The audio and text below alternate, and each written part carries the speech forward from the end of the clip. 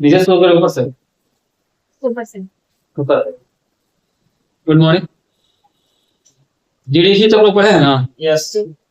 GDP, MNP, NLPR, MNP, MNP, NLP, GNP, GNP और GDP क्या पढ़ लिए हैं? हाँ। उससे रिलेटेड क्वेश्चन है कि यदि आपका जो ओरिजिनल जीडीपी है वो 500 है, ठीक है, तो नॉमिनल जीडीपी और नॉमिनल जीडीपी 125, उसका बेस जो है वो 100 है, तो जीडीपी निकालना है। कैसे निकालें? बिकॉज पिछले क्लास में आप लोगों को फार्मूला बताया गया था और उससे रिलेटेड कुछ क्वेश्चन नहीं दिए गए। कैसे निकालें? अगर एमसीक्यू आ गया, अगर एमसीक्यू इस का क्वेश्चन आया ऑप्शनल, तो आपको ज्यादा दिमाग नहीं लगाना है। यहाँ पे कितना है? वास्तविक कितना 500 है और नॉमिनल कितना है? 125 है। दोनों को जोड़ देना है, आंसर आ जाएगा 625। आधार वो बेस है, वो बता रहे हैं। सब्जेक्टिव बनाना हो तो सब्जेक्टिव का तरीका बता रहा है। ये हम आपको एमसीक्यू बता देंगे। कभी कभी क्या होता है ना कि एमसीक्यू के लिए अगर आप पूरा ड्राफ्ट करोगे तो टाइम लगेगा ना। एमसीक्यू होता कितना नंबर का है? 1 नंबर का। 1 नंबर। तो ये ट्रिक है। लेकिन अगर आपको सब्जेक्टिव बनाना हो, ये क्वेश्चन 5 नंबर में आ जाए, 3 नंबर में है, तो इसका फॉर्मूला आपको देखना होगा। तो फॉर्मूला क्या है? क्या है? Real GDP. रियल जीडीपी है ना, निकालना क्या? रियल निकालना है सब है उत्पाद। तो रियल जीडीपी इक्वल टू क्या होगा? नॉमिनल जीडीपी होगा।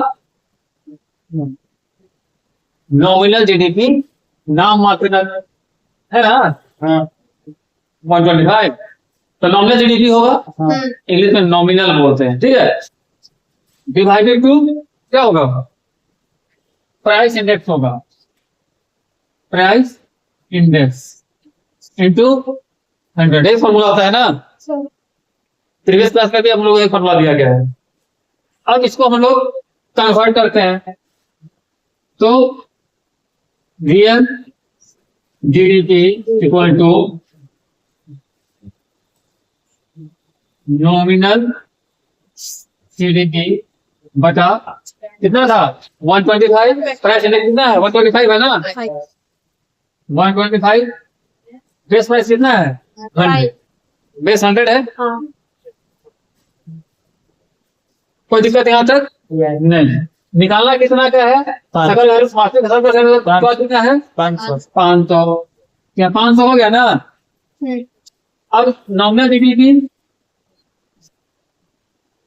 बटे 125 1 इंटू 100 बटा 125 कितना हो जाएगा? करेगा ना सर। पहले नॉमिनल जीडीपी को कन्वर्ट कर लेते हैं, बाद में काटते हैं। नॉमिनल जीडीपी ले आते हैं, तो नॉमिनल जीडीपी हम यहाँ ले आए। नॉमिनल जीडीपी को हम लोग यहाँ से ले आते हैं, तो ये कितना है? 500। ये कितना था? 1। ये कितना है? 125 चेंज हो जाएगा ना। 125 सर 100। अगर 500 इधर था तो अगर चेंज करेंगे ना, चेंज करेंगे उसको तो प्लस में हो जाएगा, माइनस में होगा ना। नहीं लास्ट में अगर या तो इंटू में कन्वर्ट होता है। सही जा इंटू में कन्वर्ट होता है। हाँ, अब इसको काटना है। काटिए, काट सकते हैं। हाँ 2 0 2 0 कर दीजिए। 2 कर दिया ना। 1 का तो कोई मायने नहीं है। 5 इंटू 125 कितना हो जाएगा? 625। आंसर आएगा ना। ये आंसर हो जाएगा। तो सिंपल लॉजिक है। देखो, ज्यादा दिमाग लगाना है, सीधे अगर ऐड कर दोगे आंसर आ जाएगा। लॉन्ग में जाओगे तो फिर आपको थोड़ा सा ऑटोमेटिक पढ़ना पड़ेगा, क्योंकि कन्वर्ट करने अगर आपको नहीं आता है तो फिर दिक्कत है।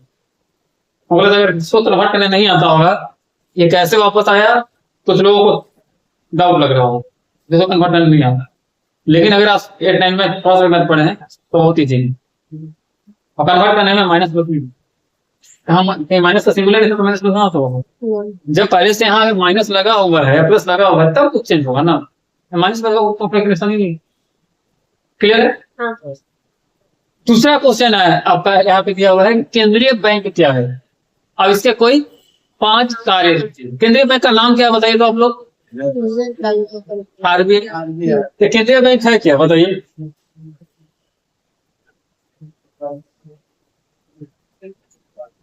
ये सिर्फ इकोनॉमिक्स के लिए ही इंपॉर्टेंट नहीं है, ज्योग्राफी और पॉलिटिकल वाले के लिए भी। तो केंद्रीय बैंक से क्या कॉमन बैंक है, साधारण बैंक है। तो सही लिख देना है कि केंद्रीय बैंक कोई साधारण बैंक नहीं है। तो साधारण बैंक तो क्या है, उससे अलग एक संस्था है। तो केंद्रीय बैंक साधारण बैंक से भिन्न एक संस्था है, क्योंकि बैंकों का बैंक कहते हैं इसको। तो अगर इसको लिखना चाहते हैं तो आप लिख सकते हैं केंद्रीय बैंक साधारण बैंक से भिन्न एक संस्था है जो देश का समूची बैंकिंग व्यवस्था। मान लो इंडिया का केंद्रीय बैंक कौन है, आरबीआई है। तो आरबीआई क्या करता है, इंडिया में जितने बैंक हैं, जितने बैंकिंग सिस्टम है, सबको क्या करता है, सबकी वो देख रेख करता है या उसकी व्यवस्था को कंट्रोल करता है। तो केंद्रीय बैंक क्या है, कोई साधारण बैंक नहीं है, यह एक उससे अलग संस्था है जो देश की समूची बैंकिंग व्यवस्था को नियंत्रित करता है। यह डिसाइड करता है कि कर टैक्स का रेपो दर क्या होगा, या टैक्स भी बहुत प्रकार का होता है ना, तो ये किस दर पे हो। अगले क्वेश्चन में आएंगे तो भी बताएंगे कौन कौन होता है। तो कोई कंफ्यूजन इसमें। इसका स्थापना कब हुआ था, 1935 में। और राष्ट्रीयकरण कब हुआ, 1 जनवरी 1949। तो स्थापना होता है अप्रैल 1935 और इसका राष्ट्रीयकरण होता है 1 अप्रैल 1949। सब्जेक्टिव क्या रहता है आपको सब मेंशन करना होगा। और अगर आपको डेट याद नहीं होगा तो फिर डेट मेंशन मत कीजिएगा, नहीं तो फंस जाइएगा। लेकिन डेट आपको उसमें याद रखना है, एमसीक्यू भी आ सकता है। तो आरबीआई का फाउंडेशन स्थापना इस्टेब्लिशमेंट होता है 1935 में, लेकिन उसका राष्ट्रीयकरण होता है जनवरी 1949। क्लियर है? अब सवाल क्या था कि इसके 5 काम है, 5 काम बताने आप, ये है ना। इसके 5 कार्य बताइए। तो सबसे पहले क्या है कि 2 रुपया से लेके 1 रुपया से लेकर 2 रुपया से लेके 2000 तक के नोटों का निर्गमन कर वही सकता है, वही रिलीज कर। अब सवाल ये है कि एमसीक्यू में आता है कि आरबीआई किस नोट का निर्गमन नहीं करता है।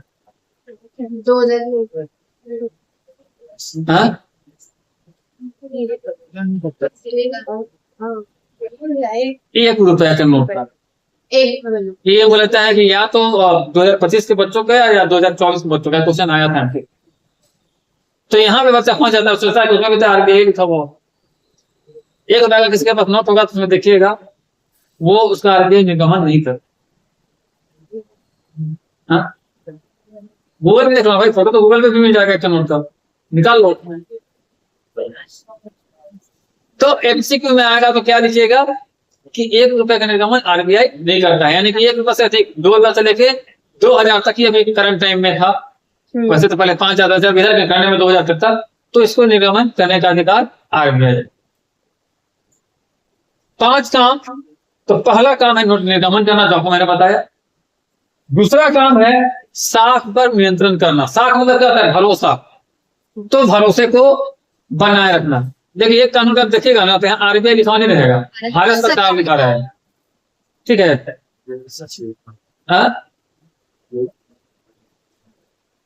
और इसमें कहीं नहीं लिखा हुआ है कि मैं धारक को 1 रुपया अदा करने का वचन देता हूं, इसे आरबीआई के गवर्नर का साइन। यहाँ सीधे भारत सरकार रहता है, गवर्नमेंट ऑफ इंडिया।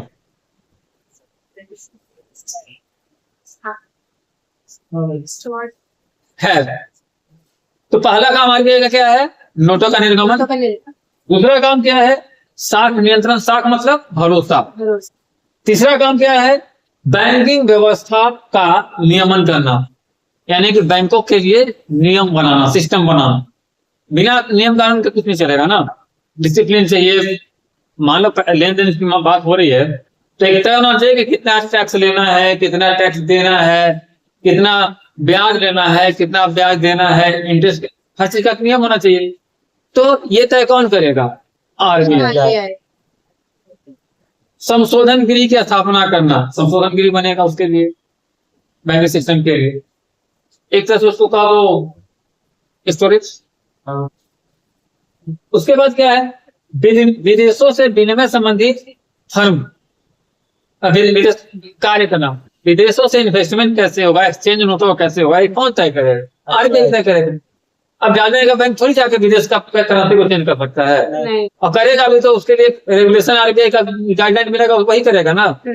अब तुम डॉलर लेके चल जाओ डालने के वाला बैंक में, पहले तो तुमको कितना बार देखेगा कि तुमको नजर लग जाएगा। तो अगर कभी डॉलर लेके बैंक में जाना हो तो काजल उधर लगा के जाना। अरे सोचेगा कि भाई कहाँ के आ गया, 20 बार तुमको देखेगा इससे, ये कौन है? कौन है ये।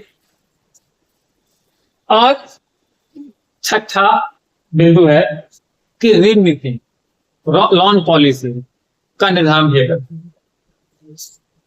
क्या हो? कुछ नहीं, बस आप तो 6 पॉइंट आपको बता दिए, मतलब क्या 6 पॉइंट बता दिए ना। कोई दिक्कत इसमें? पीछे जैसे हम्म? पीछे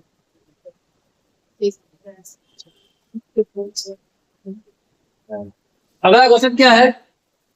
बता दिया। अब यहाँ पे आरबीआई का 5 बैंक महत्व था, पूछ रहा बताए थे भी। और आरबीआई क्या है ये बताना था, बैंक केंद्र में क्या है बताना था। अब क्वेश्चन है कि भारतीय बैंक के 5 महत्व बताइए। तो भारतीय बैंक के महत्व इस प्रकार है, कितना पूछ रहा है? 5। हम आपको 8-9 को दे देते, कोई दिक्कत है? नहीं।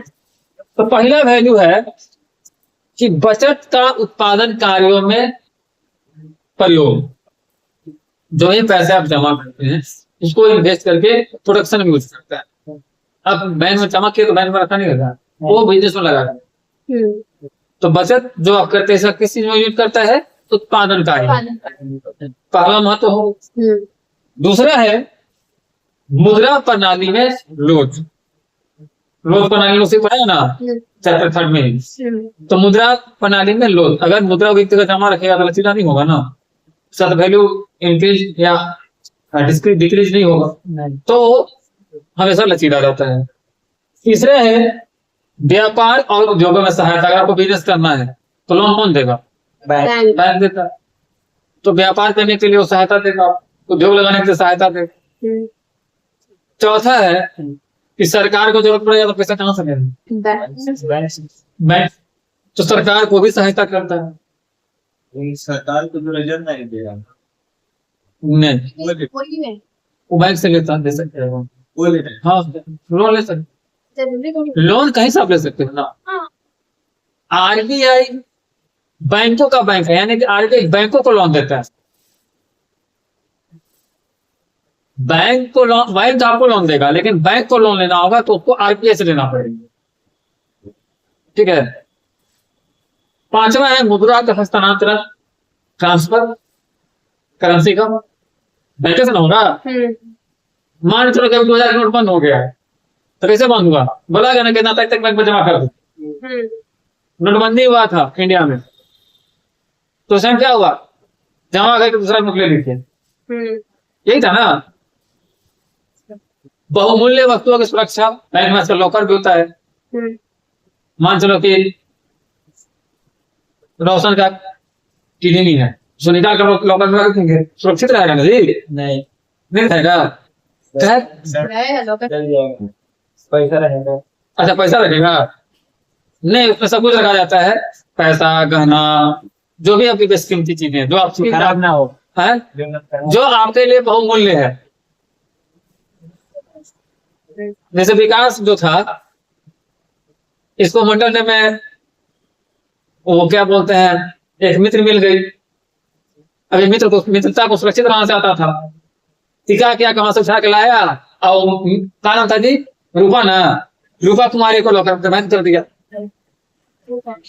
तो कहने का मतलब है कि लॉकर होता है, उसमें आप हर चीज को रख सकते हैं सुरक्षित, बेसिकली आभूषण और नगद या फिर दस्तावेज, घर जगह जमीन का प्रॉपर्टी का कागज।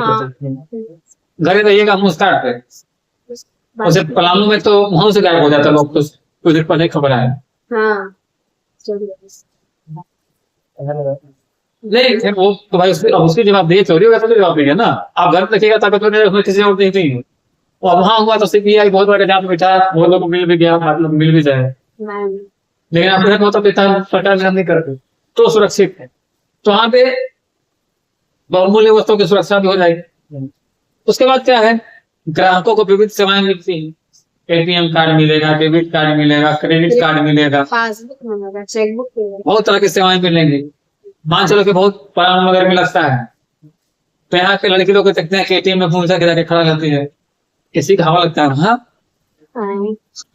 अब लड़का लोग मान चलो कि लड़के लोग एटीएम से जाते हैं, छोटा जगह रहता है, भीड़ भाड़, उसको उनको फट लगेगा ना, बहुत लोग देखेगा।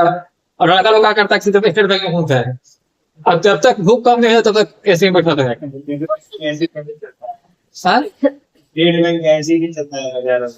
अच्छा खैर ये मस्ती की बातें थी, मतलब बैंक आपको बहुत तरह के ग्राहकों के लिए सेवा भी दे। और जॉब क्रिएशन, बैंकों से रोजगार में भी 8 बिंदु आपको बता दिए, देखिए ना,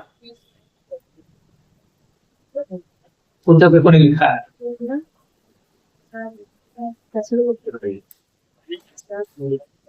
और सांस पे कहेगा ना कि सर यूनिफॉर्म में डाल दीजिएगा, और कहा कि फिर डिलीट करेगा, फिर मैसेज करेगा। अरे जब मैसेज करके तो पढ़ने दो ना।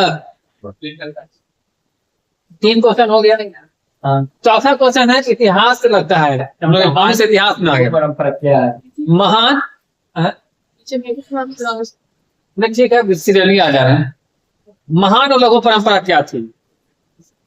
तो देखिए परंपरा 2 प्रकार का होता है। एक परंपरा होता है जो कुछ कुछ जगहों पे माना जाता है, जैसे अगर यहाँ मान रहे हैं ना तो बाहरी जगहों तो नहीं माने,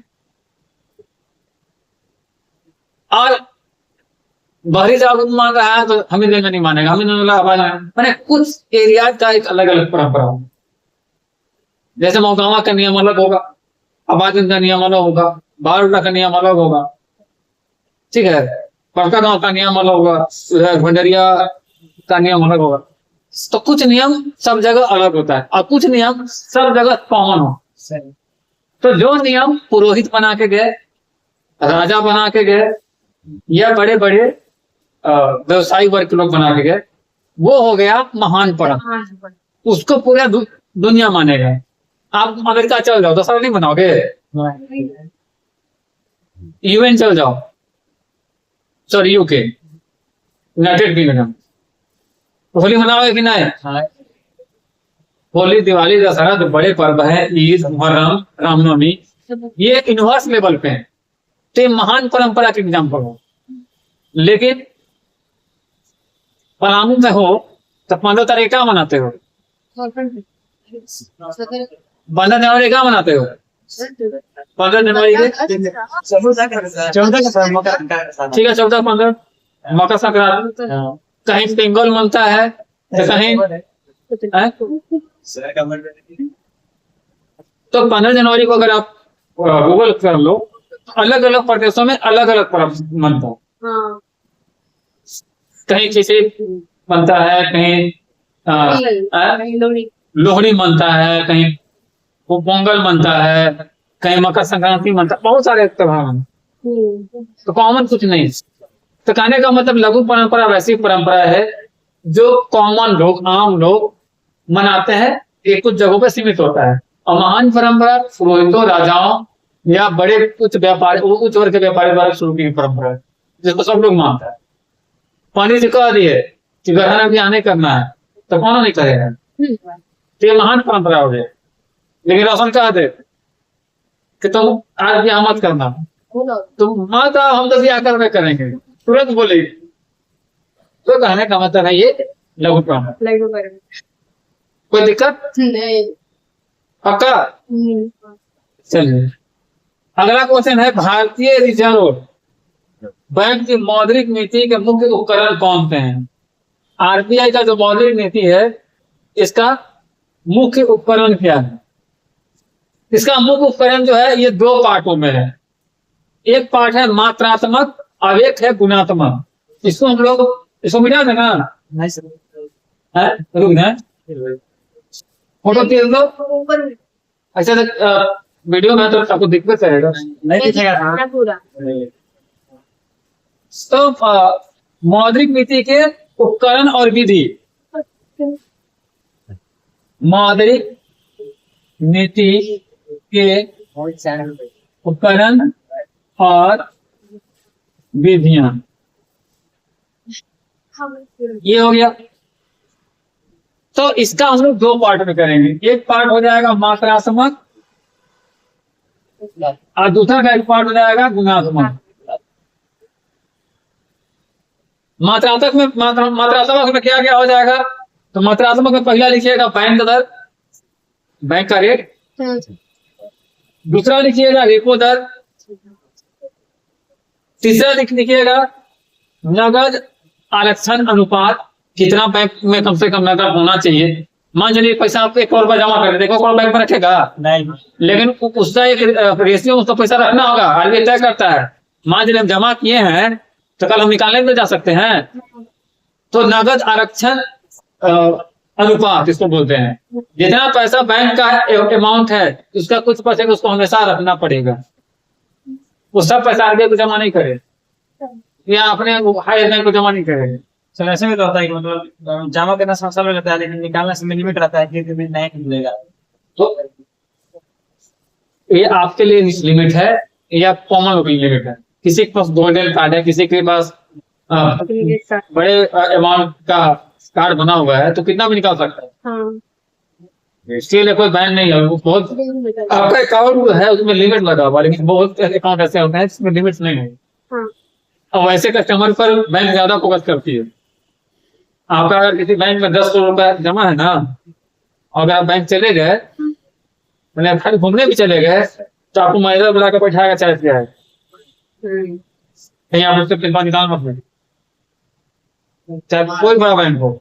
लेकिन अगर बैंक में आपको 500 रुपया है तो मैनेजर भी जाके भेंटो करने की कोशिश कीजिएगा तो शायद ही भेंट करेगा, नहीं कर चाहे उससे कितना कस्टमर है। और अपना 500 रुपया निकाल लेने तो उसको फर्क नहीं पड़ना है, दूसरा इंटरवा लेगा। तो नगद आरक्षण व्यवस्था भी हो, ये मात्रात्मक नहीं होगा। वैधानिक तरलता अनुपात, तरलता अनुपात, इसको तरलता को अलग से पढ़ना होगा आपको। ये तरल मुद्रा क्या होता है, आप लोग को एक बार से पढ़ाया हुआ है लेकिन दूसरा वीडियो नहीं ऑफलाइन में पढ़ा है। तरल मुद्रा क्या है और खुले बाजार की क्रियाएं, ये 5 चीजें जो है ये मात्रात्मक में है। और गुणात्मक में क्या आएगा? तो सीमांत आवश्यकता, सीमा का अंत में क्या अंतिम आवश्यकता इससे क्या होगी? साख की राशनिंग, साख कैसे बचा रहेगा, ये सबसे इंपॉर्टेंट है। अगर बैंक का साख डूबा तो बैंक बंद हो जाएगा, दिवालिया हो। साख सबसे इंपॉर्टेंट है। और नैतिक दबाव, मोरल प्रेशर। यहाँ क्या है ना कि अगर आपका एक इमेज बना हुआ है कि वो उसमें पूछते हैं अपना सब दे देते हैं तो आपका इमेज बन गया है। कभी कभी क्या होगा कि आप याद करके भी आओगे आप तो नहीं पूछेंगे, चाहे नहीं भी याद करके आओगे तो आपसे नहीं पूछेंगे, नहीं बताओगे तो अपना नहीं पूछोगे। एक कोई बच्चा रोज पूछिए, रोज अगर याद करने आता है और पढ़ के भी आएगा तो टीचर दिमाग में होगा कि पढ़े नहीं आओगे इसलिए, ठीक है। तो ये क्या होता है? साख। तो साख आपके लिए भी, बैंक के लिए भी और जिंदगी के लिए भी बहुत जरूरी है। अगर आप पे भरोसा खत्म तो समझिए कि आप भी खत्म ही, कोई काम से नहीं। अब आते हैं, ये क्लियर हो गया? कोई कंफ्यूजन नहीं है?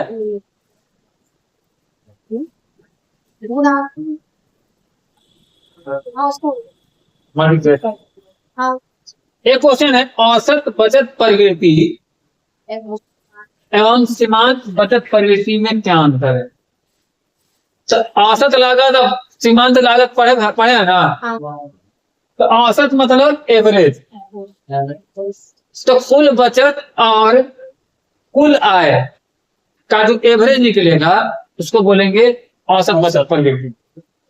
मान चलिए कि आपका इनकम 1 लाख रुपया है, और एक महीना में आप निकाले 100 रुपया, अगला महीना में 1 लाख में 20,000 कर दिए, तो हर महीने में अलग अलग बचा बचा है ना, हाँ कि बचाने का जो एक साल में जो आप रेशियो निकालिएगा, औसत निकालिएगा, ये हो जाएगा औसत बचत पर व्यक्ति। और इनकम से बचाने के का अमाउंट का औसत, ठीक है। और सीमांत क्या होगा, तो यहाँ पे तो परिवर्तनशील होगा, हर महीने में मैंने बताया ना, हाँ तो इस महीने में 1 लाख में इतना बचा है, तो जितना बचा है वो सीमांत होगा, तो वो ये हमेशा परिवर्तनशील होगा और ये परिवर्तनशील नहीं नहीं होगा, हो क्योंकि ये एवरेज निकलेगा और ये परिवर्तनशील होगा, हमेशा बदलते रहेगा। हाँ कभी आप 5 रोटी खाने के बाद आपका मन हट जाएगा, कभी 6 खा सकते हैं, कभी 2 खाने के बाद काम खत्म। हाँ मान लीजिए कि सिंघाड़ा आता है तब ना, चलिए 4 टूट मसल के तनी आदमी मजे के खा लेता है, क्या बोलते कहते हैं फुचका, पानी पूरी, तब मैं देख रहा था उसके 1 बजे तक 1 बजे तक देखो। 1 बजे तक चल बताएगा। नहीं ठीक है, मान लिए अगर तुम 1 बजे तक मैच देखा तो मैच में क्या सीखा, ठीक है देखें। मैं देखा सीखा तो 14 साल बाद वही बाबा का जीत है बात 52 साल के इतिहास में पहला बार इंडिया ने वर्ल्ड कप जीता है। बल्ले बात और ये सीखने की जरूरत नहीं, तो ये तो रिकॉर्ड है, ये तो आप जान गए। सीखा क्या आपने, लड़के ना करके दिखा लड़की हमारी छोरियां छोरों से कम है कि लड़कों से लड़कियां कम होती हैं।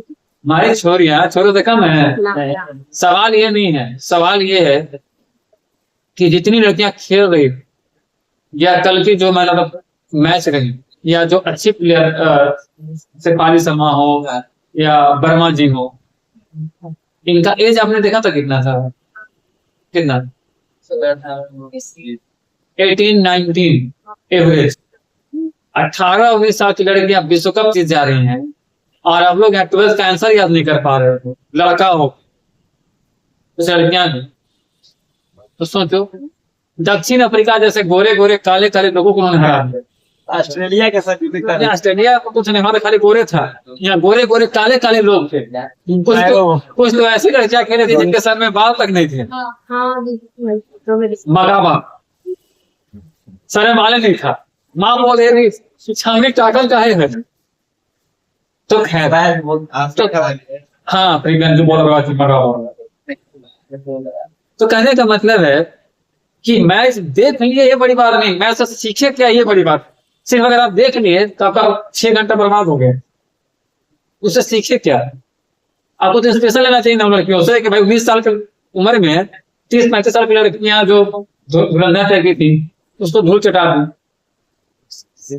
एक ऐसा प्लेयर जो टीम में नहीं था उसको इसलिए मौका मिला कि एक इंजर्ड हो गए, उसके बाद आती है शर्मा, वर्मा आती है,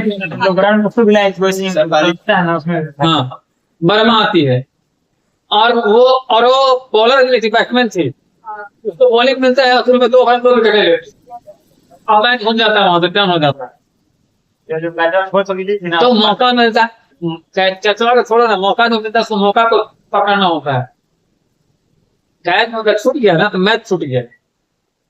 आप लोग इतना मौका मिल रहा है, सर घर छठ हो रहा है 5 दिन नहीं आएंगे, 5 दिन पूछ के गया, 2 दिन बिना अपना मने गए, जाना तो कहता है कि मामा का जाना है सर, कहो नहीं करता है, फिर चल जाता है बाद बोला कि मामा घर पे, जानने का तो कहना ही नहीं है। स्वीटी तो छठों की प्रसादियों को बिहार झारखंड में अगर छठ करके प्रसादी नहीं दी है तो बहाने पाप है। कल ला देंगे, नहीं रहे दो, 500 दिन हो गए तो क्या हो गया, नहीं प्रसाद खराब नहीं होता, प्रसाद कभी खराब नहीं होता है। हाँ। लेकिन 6 दिन बाद तो कहते क्या करता है, क्या करते अब रोटा बना के दे देता, प्रसादी नहीं ऐसा रहता। कुछ नहीं है, मेरे घर कहाँ से बनाइए, हम घर जाएंगे बनाने। खैर तो यहाँ तक क्लियर हो गया। इसमें अगर परिवर्तन होगा भी तो अल्पकाल में होगा, कम समय का रहेगा तो, और ये होगा तो दीर्घकाल में। ठीक है, तो हम लोग दो पॉइंट लिख लीजिएगा, दोनों बता ही दिए। हाँ। अब आ गया है पटवारी किसे कहते हैं। ये तो इतिहास का लग रहा है। हाँ। तो पटवारी जो है एक राजस्व अधिकारी था, एक पद है। करंट टाइम में उसको हम लोग कहते हैं टैक्स कलेक्टर, टैक्स कलेक्ट करता है। और अभी भी चले जाओगे तो निगम उगम में तहसीलदार होता है, हाँ। और ब्लॉक में कर्मचारी होता हाँ। है। लेकिन पुराने जमाना सीओ नहीं, कर्मचारी। कर्मचारी। हाँ। सीओ तो सर्कल ऑफिसर अधिकारी हो गया। पटवारी का जो काम था ना, इसका बेसिकली काम था टैक्स कलेक्ट करना, ये खेतों का भूमियों के रिकॉर्ड को संधारण करना, जगह जमीन का जितना रिकॉर्ड उसको संभालना, आपके एक साल में कितना उपज हुआ उसका डाटा तैयार करना। ठीक है, ताकि उस पर टैक्स लगाया जा सके, कितना लगेगा। तो इन सब चीजों का जो डाटा रखता था तो बोलते थे। कोई कंफ्यूजन नहीं। अब एक खाली राजस्व अधिकारी समझ याद कर लो, बाकी उसका काम क्या अपने आप समझ में आ जाएगा। भाई अधिकारी है तो डाटा पहले कलेक्ट करेगा कि स्वाति का जमीन कितना है, ये कलेक्ट करेगा कि स्वाति की जमीन में खेती कितना होता है, स्वाति का जमीन है उसका खाता प्लॉट नंबर कितना है, जमीन किसके नाम पे है, स्वाति की उसका जमीन कितने का टैक्स कितने से जमा हुआ है, कितने का नहीं हुआ है। इन सभी चीजों का जो रिकॉर्ड है वो पटवारी। क्लियर है। अब एक क्वेश्चन है, हल और कुदाल के बीच संघर्ष का क्या है। तो ये हल और कुदाल का जो संघर्ष है ये झारखंड की कहानी। जब भारत उपनिवेश हुआ करता था तो संथाल परगना क्षेत्र में किसानी जो था, किसान खेती जो था वो दो था। दरअसल इसको मिटा दें,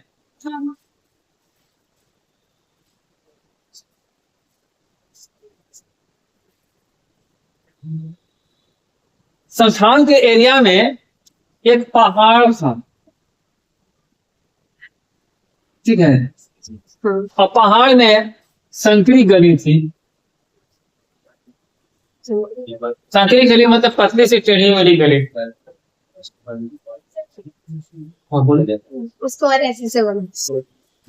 यहाँ ड्राइंग करने नहीं आया, समझाने आया, बस समझने के लिए आपको बता रहे थे। ये पतली सी गली थी और यहाँ पे जो लोग रहते थे इसको बोलते थे पहाड़िया, पहाड़िया जनजाति के लोग। तो ये लोग यहीं पे खेती करते थे, इसी पहाड़ के बीच। चारों से पहाड़ गिरा हुआ था, बीच में खेती करते। और अगर बाहर से लोग कोई एंट्री करते तो उस पर लोग अटैक कर देते। तो इन पहाड़िया जो थे इनकी खेती का जो तरीका था वो स्थानांतरित था। स्थानांतरित कृषि करते थे। कौन सी कृषि करते थे? स्थानांतरित कृषि, ट्रांसफरेबल एग्रीकल्चर, या फिर उसको हम लोग बोलते हैं झूम खेती, या फिर उसको क्या बोलते हैं कर्तन और दहन खेती। ज्योग्राफी की भाषा में कर्तन दहन, इतिहास की भाषा में झूम की खेती, और आपके भाषा में स्थानांतरित। तो ये पहाड़िया जो स्थानांतरित कृषि करते थे इनको कहा गया कुदाल।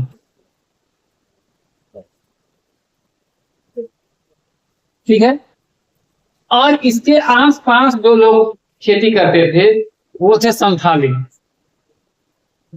और इनकी जो थी एक अस्थाई जमीन थी। एसपीटी एक्ट भी बना था बाद में, उपनिवेश काल में ही संथाल परगना टेंडेंसी एक्ट बना है। आप लोग को पढ़ना, संथाल विद्रोह में अगर पढ़े होंगे तो ये शांत थे संथाल लोग, ये थे अस्थाई। इनको कहा गया हल। ठीक है, तो संथालियों और पहाड़ियों के बीच जो संघर्ष था उसे ही कहा गया हल और कुदाल के बीच का। मैंने बताया ना कि बाहर लोग आते थे तो तुरंत तीर लेकर खड़ा हो जाते थे। अब पहले पिस्तौल थोड़े था कि गोली मारेंगे, तीर धनुष भाला घानासा ही होता था। तो इनके बीच और इनके बीच जो संघर्ष होता था यही था हल और कुदाल के बीच संघर्ष। सर, खाली और पहाड़ी अलग अलग है। हाँ तो जिसको अंग्रेज लोग बोला था कि चलो तुमको नीचे वहाँ पे जगह जिसको आया था ना, उसमें जो पहाड़िया था वहां से इन लोग हटा को कर- भगा के इन लोग को दे रहा था, अच्छा। ठीक है, और इन लोग को दिया। और बाद में जब ये खेती अच्छी होने लगी तो इन पे टैक्स ला दिया, और ये जमीन पे फिर उसका नजर पड़ गया, टैक्स ये फ्री में करते थे ना, तो यहाँ टैक्स मिलता नहीं था, तो इनको यहाँ पे शिफ्ट किया कि जाओ भाई तुम वहां खेती करो। जब खेती करने लगे तो इन पे टैक्स लादने लगा, और फिर ये जमीन में अपने का प्रयास करने लगा, तब जाकर संथाल विद्रोह होगा। पहले तो वो आपस में ही ना लुड़ा आता था, यहाँ पे कहानी है। तो पहाड़िया और संथाल के बीच के संघर्ष को कुदाल और हल के बीच का संघर्ष है, हल और कुदाल के बीच का संघर्ष है। तो संथाल यहाँ पर स्थायी कृषि करते थे और पहाड़िया स्थानांतरित कृषि। कोई कंफ्यूजन किसी को? अगला क्वेश्चन है, भारत में केंद्र एवं प्रांतों के बंटवारा को समझाइए। भारत आजाद कब हुआ? हाँ? बस, सही में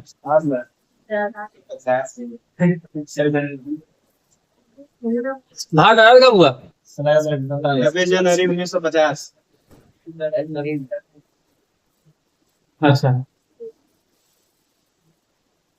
वो तो पूर्ण आजादी थी।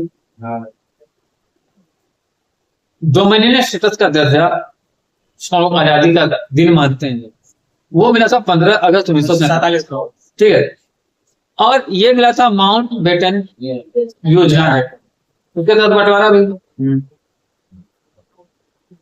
तो उसी के बाद केंद्र और प्रांतों का बंटवारा, जैसे बंगाल और पंजाब दो प्रांत जो थे, इनका विभाजन धर्म के आधार पर, आधा पंजाब पाकिस्तान को चला गया, आधा भारत, आधा बंगाल पाकिस्तान को चला गया, आधा बंगाल भारत। और केंद्र का भी विभाजन दो भागों में हुआ, एक पाकिस्तान बन गया, एक भारत बन गया। तो ये माउंट बेटन योजना 1947 के। बाद में जब भारत उपनिवेश से मुक्त हुआ तो फिर अन्य प्रांतों का भी गठन हुआ। जैसे भाषाई प्रांत के रूप में पहला प्रांत बनता है आंध्र प्रदेश। 1953 श्री पोटी श्री रामुलु के अनशन के बाद 56 दिन अनशन करते हैं, अनशन स्थल पर इनकी मृत्यु हो जाती है के बाद। उसके बाद राज्य पुनर्गठन आयोग का गठन होता है 1953 में ही। वो रिपोर्ट देते हैं और 1956 में उनके रिपोर्ट को लागू कर दिया है। और लागू करने के बाद सबसे पहले 14 राज्य और 6 केंद्र शासित प्रदेशों की घोषणा की। जैसे मुंबई से गुजरात और महाराष्ट्र निकलता है, ठीक है, ऐसे ही 14 राज्य बनते हैं, प्रांत बनते हैं, और 6 संसद प्रांत। तो यही है, इसमें तो कुछ पैसा है नहीं, पढ़ाया वो पहले भी था। किसका फर्क है ये तो पहले पढ़ाया हुआ था। अब आते हैं कि भारत में सतत विकास प्राप्त करने में नियोजन की क्या भूमिका है। देखो भाई, चाहे भारत हो चाहे इंडिया, चाहे आर्यावर्त चाहे हिंदुस्तान, कहने का मतलब है कि आप नेशन की बात करो, स्टेट की बात करो, सोसाइटी की बात करो, डिस्ट्रिक्ट की बात करो, या इंडिविजुअल बात करो, अगर सक्सेस चाहिए तो नियोजन जरूरी है। नियोजन मीन्स प्लानिंग। तो आपके पास अगर प्लानिंग नहीं होगा तो आपका कुछ नहीं। आपके पास plan A B C D चारों होना चाहिए। सपोज करो कि अगर आप टारगेट रखे हो कि 3 दिन में हमको 2 चैप्टर क्लियर कर लेना है, और किसी कारण से उसी दिन आपको कोई बुला लिया, किसी की शादी में जाना पड़ गया, किसी की बीमार होने पे जाना पड़ गया, या आपकी खुद की तबीयत खराब हो गई, तो 3 दिन में आपका जो टारगेट था कैसे पूरा होगा, इसके लिए प्लान बी में आपको बताना चाहिए। और अगर आपके पास नहीं होगा तो 3 दिन आपका कैसे चलेगा। तो भारत के सतत विकास में, सतत विकास क्या, जो लगातार चलता हो, उस विकास में नियोजन की भूमिका बहुत महत्वपूर्ण है। अब भारत ने हमेशा 5 ईयर प्लान पर 5-5 साल का टुकड़ा में प्लान बनाया। आज भारत की थोड़ी गति धीमी क्यों हुई है? ये 5 ईयर प्लान का कॉन्सेप्ट ही खत्म हो गया। अब यहाँ प्लान चलता है 50 ईयर का। 50 ईयर बाद जो प्लान बना रहा है वही नहीं रहेगा, चाहे वो साइंटिस्ट हो चाहे नेताजी हो, दोनों के लिए 50 साल तक रहने की क्या गारंटी है। लेकिन 5 ईयर में तो तुरंत आपको जवाबदेह होना पड़ता था। तो भारत में पंचवर्षीय योजना बनती थी। पहली पंचवर्षीय योजना कब से कब तक रही? 51-56। दूसरा 56 56 से 61, 61 से 66,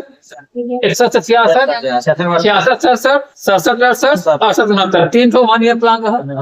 और उसके बाद 5 ईयर। तो अगर आप छोटे छोटे लक्ष्य लेके चलिएगा कि एक चैप्टर का क्वेश्चन कर लेना है, इसको कंप्लीट करके आगे बढ़ना है, तो आप मंजिल पे पहुंचेंगे।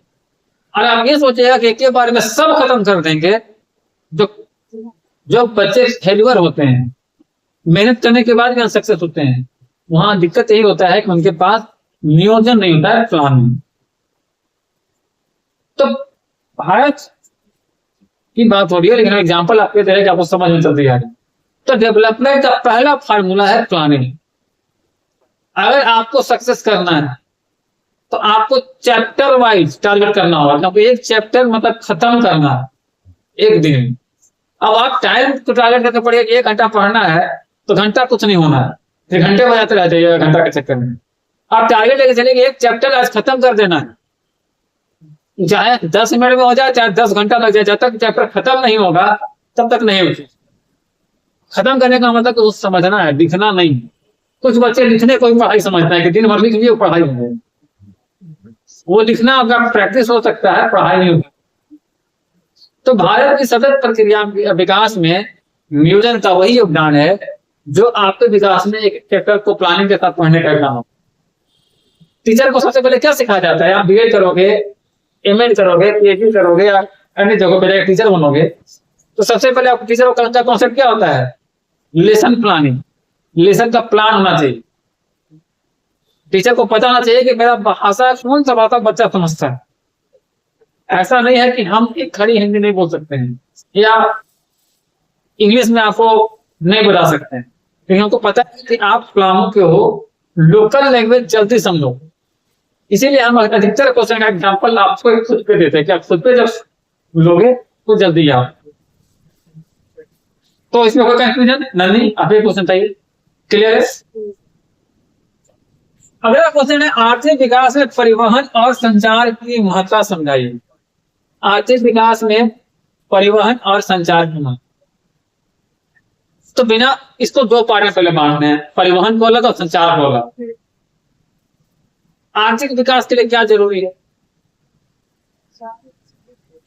उत्पादन, ठीक है।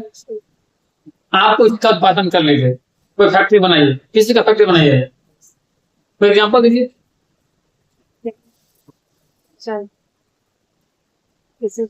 कोई कुछ भी बोलो, इतना कोई कुछ का नाम बता दो।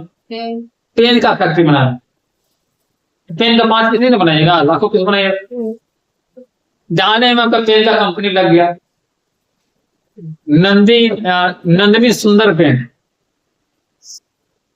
परीक्षा में पास हो जाओ, लिखते लिखते कभी नहीं, लिखते जाओ परीक्षा में पास हो जाओ, टैगलाइन के साथ। आज आप सुंदर हीरोइन से जगलीन फरहारी से 50 करवा दीजिएगा। अब आपका पेन का डिमांड दिल्ली, अमेरिका बहुत जगह होने लगा, तो उसको पॉकेट में करोगे, पहुंचाने देगा पैदल नहीं, कैसे देगा? परिवहन। तो परिवहन जो है व्यापार का पहला, उससे वस्तु एक जगह से दूसरे जगह आयात निर्यात हो सकता है, आयात हो सकता है, निर्यात भी हो सकता है। और जब तक आयात निर्यात नहीं होगा तब तक क्या होगा? आर्थिक विकास कैसे होगा? आज चाहिए तो सामान बेचेगा तब ना दुकान माल आएगा। हम मान लो ट्यूशन को बंद कर दें, रूम बंद कर, अब घर सुतल रहे हैं, पैसा हमको मिलेगा? इसके हमको पढ़ाना पड़ेगा। तो आयात निर्यात का पहला साधन, जब तक आयात निर्यात नहीं होगा तब तक आर्थिक विकास नहीं होगा। आयात निर्यात कैसे होगा? परिवहन से होगा। परिवहन के लिए सड़क चाहिए, सड़क होना चाहिए। परिवहन 3 मार्ग से हो सकता है, जल मार्ग से हो सकता है, वायु मार्ग से भी हो सकता है और स्थल से भी हो सकता है। जब नौसेना दिवस कब मनाया जाता है?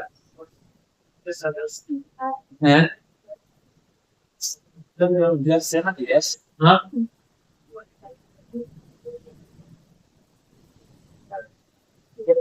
वायुसेना दिवस कब मनाया जाता है? थल सेना दिवस कब मनाया जाता है?